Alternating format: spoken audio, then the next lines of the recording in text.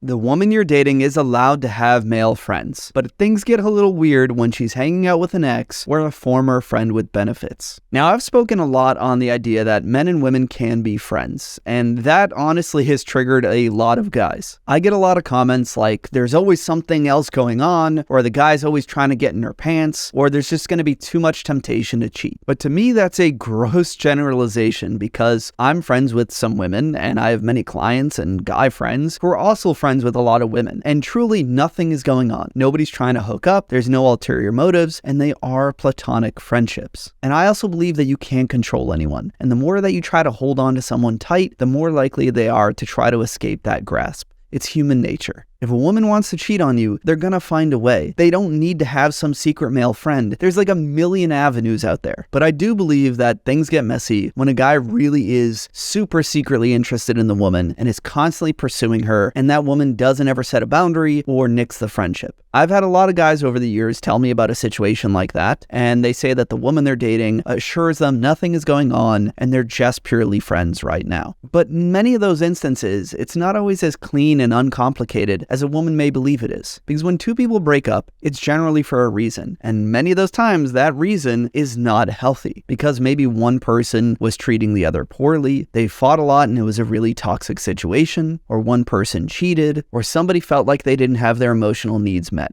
Yes, sometimes people break up because they realize they want different things and it's very amicable and they still had a really healthy connection otherwise. But in my experience, that's less frequent. Additionally, people who've been attracted to each other before and had intimate moments together can often feel those feelings again quite easily. So this is why I'm a bit more hesitant when somebody comes to me and says their partner is hanging out with somebody else that they used to date. So if you're in this situation, I would suggest that you sit down and talk to the woman you're dating and ask her more about why that relationship ended and why she feels so excited to remain friends now. And her answer will tell you a lot about whether this could potentially be a problem or it's nothing to worry about. But if the relationship ended for unhealthy reasons, maybe that guy cheated on her, or he broke it off with her because he wanted to find someone better, or they fought all the time, those instances should give you pause for concern. Because generally, somebody with self-esteem and self-respect would not try to reconnect with someone like that unless the situation has insanely changed. Usually, that woman is trying to gain some kind of approval from a guy who previously rejected her or didn't value her, or she just wants some extra attention from men, especially when she knew that guy was interested before, or she feels some weird debt to repay because maybe she ended the relationship and she doesn't want to feel like a bad person. But none of those reasons are really valid for me. So in my opinion, the only way a woman can have a real friendship with an ex is if these two things are true. One, the relationship ended in a positive way and there wasn't a really toxic or unhealthy dynamic. If that's not the case, I would question why she's interacting with a dude who is clearly a bad influence and an unhealthy connection